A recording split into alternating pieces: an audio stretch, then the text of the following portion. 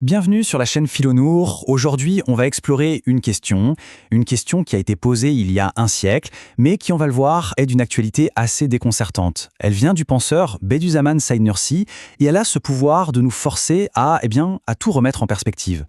Alors la voici, cette fameuse question. Avez-vous été créé uniquement pour le monde, pour que vous y consacriez tout votre temps? C'est direct, n'est-ce pas? Ça ne prend pas de gants. C'est le genre de phrase qui nous stoppe net dans notre course et qui nous pousse à nous demander « Mais au fond, où partent toute notre énergie, toute notre attention ?» Et pour vraiment comprendre la profondeur de cette interrogation, on va faire quelque chose un peu différent. On va la décortiquer, mot par mot. On va plonger dans chaque terme pour voir ce qui s'y cache. Allez, c'est parti pour ce petit voyage introspectif. Alors, première étape, le monde. Qu'est-ce que ça veut dire le monde dans cette question ? Parce que, attention, ce n'est peut-être pas aussi simple qu'on le pense. Pour Nursi, le monde, ce n'est pas juste la planète Terre. Non, c'est bien plus personnel. Ça désigne tout ce qui est là, juste devant nous, ce qu'on peut toucher. Le truc, c'est que c'est aussi par définition ce qui est éphémère, ce qui ne dure pas, ce qui finit toujours par nous filer entre les doigts. On a donc cette tension, ce contraste incroyable entre ce qui a l'air si solide, si important, nos carrières, nos projets, nos soucis quotidiens, et la réalité qui est que tout ça est fugace. Ce sont ces choses-là qui nous captivent, qui nous zappent complètement et qui, bien souvent, nous détournent de l'essentiel. Bien, passons au deuxième concept clé de la question, l'idée d'être créé. Ce mot-là, il n'est pas anodin. Il sous-entend que notre présence ici, ce n'est pas juste un coup de dé. Dire qu'on a été créé, c'est suggérer qu'il y a une intention derrière tout ça, que ce n'est pas le fruit du hasard, qu'il y a un but, une finalité à notre existence, quelque chose qui va au-delà de notre petite personne.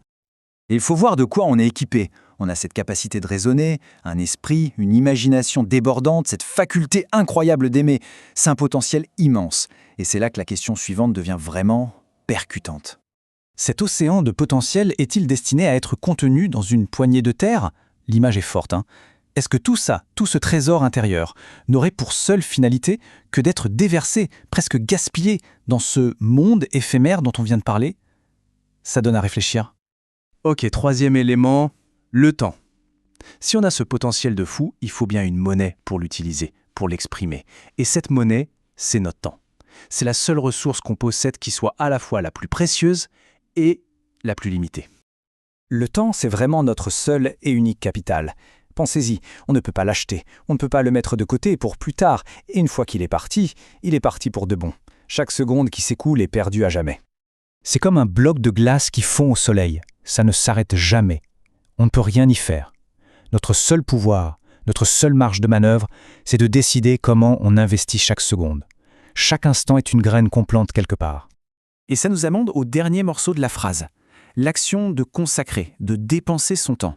Et attention, le mot utilisé dans la pensée originale est beaucoup plus fort que ça.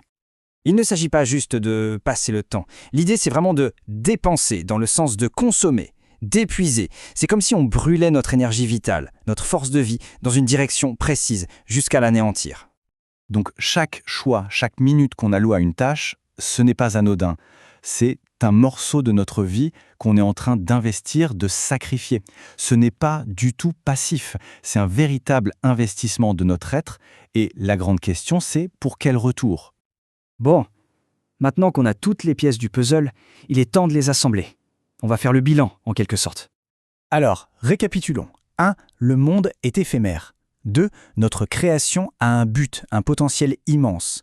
3. Notre temps est un capital qui fond à vue d'œil. Et 4. On le dépense activement, on le consume. Quand on met tout ça bout à bout, la conclusion est assez vertigineuse. En fait, la façon dont on dépense notre temps, c'est ça la vraie réponse. La réponse silencieuse à la question du sens de notre vie. Ce ne sont pas les grandes déclarations qui comptent, mais ce qu'on fait jour après jour, minute après minute. Nos actions sont notre verdict. Et là, on revient à notre point de départ, cette agitation moderne, cette course effrénée. Où va toute notre énergie ? On court, et bien souvent on arrive à un sentiment de vide, même après avoir atteint nos objectifs. Ce sentiment de « et alors ?» de vide, une fois qu'on a enfin ce qu'on voulait, n'est-ce pas le symptôme d'un mauvais investissement ? Comme si on avait mis tout notre capital vie dans une action qui, au final, ne rapporte rien d'essentiel, rien qui nourrisse vraiment. Le bilan est-il équilibré? Est-ce que ce qu'on gagne, que ce soit du plaisir, un statut social, des biens matériels, est vraiment à la hauteur de ce qu'on sacrifie en échange, c'est-à-dire notre potentiel quasi infini et le temps de notre unique vie? La question de départ ne donne pas la réponse, bien sûr. Ce n'est pas son but. Son but, c'est d'ouvrir une porte sur une perspective totalement différente, bien au-delà de nos préoccupations de tous les jours. Si on n'a pas été créé uniquement pour ce monde, alors pourquoi d'autres? C'est la question qui découle de tout ça. S'il y a un décalage immense entre ce que nous sommes et le terrain de jeu limité du monde matériel, alors vers quoi d'autre devrait-on tourner notre temps, notre énergie, notre vie? Et ça nous laisse avec une dernière interrogation, peut-être la plus importante de toutes. Si tout le bruit du monde, toute cette agitation, venait à s'arrêter, ne serait-ce qu'un instant, quelle voix est-ce qu'on entendrait à l'intérieur de nous? Et si les réponses étaient déjà là tout ce temps, attendant juste un peu de silence pour pouvoir se faire entendre?